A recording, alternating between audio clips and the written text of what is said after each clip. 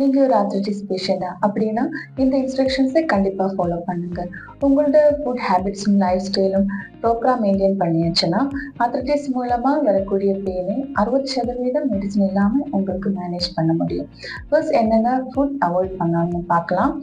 Sea food, அப்புறம் வந்து red meat, fish இதெல்லாம் வந்து உங்களோட பாடியில இன்ஃப்ளமேஷன் அதிகரிக்கிறதுக்கு காரணமாகும். ஸோ இந்த 3யும் நீங்க கண்டிப்பா அவாய்ட் பண்ணணும். அப்புறம் வந்து உளுந்து, கொண்டைக்கடலை, கிரீன் பீன்ஸ், தட்டைப்பயிர் இதுவும் உங்களோட பாடியில இன்ஃப்ளமேஷன் வர்றதுக்கும் அது மூலமா பெயின் வர்றதுக்கும் காரணமாகும். அடுத்தது மில்க் அண்ட் மில்க் ப்ராடக்ட்ஸ்ல வந்து கீயை தவிர மீதி எல்லா பொருள்களும் நீங்க அவாய்ட் பண்ணி தான் ஆகணும். கீக்கு வந்து ஹாட் பொட்டன்சி இருக்கு.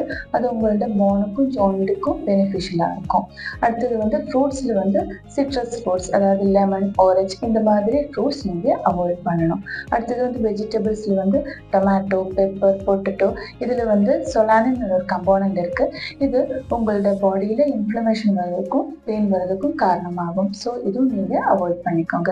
அதே மாதிரி எல்லா கோல்ட் ஃபுட் ஐட்டம்ஸும் நீங்கள் அவாய்ட் பண்ணி தான் ஆகணும். உங்களோட லைஃப் ஸ்டைலில் என்னென்ன சேஞ்சஸ் பண்ணணும்னு பார்க்கலாம். ஃபர்ஸ்ட் வந்து ரொம்ப கோல்ட் கிளைமேட்டில் எக்ஸ்போஸ் ஆகக்கூடாது.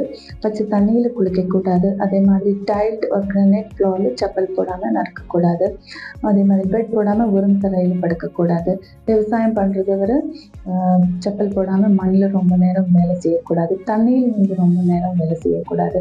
அதே மாதிரி நைட்டு படுக்கும்போது திக் பிளாங்கெட் நல்லா கவர் பண்ணி தான் படுக்கணும். அதே மாதிரி ஏசி, ஃபேன் இதெல்லாம் ரொம்ப யூஸ் பண்ணக்கூடாது.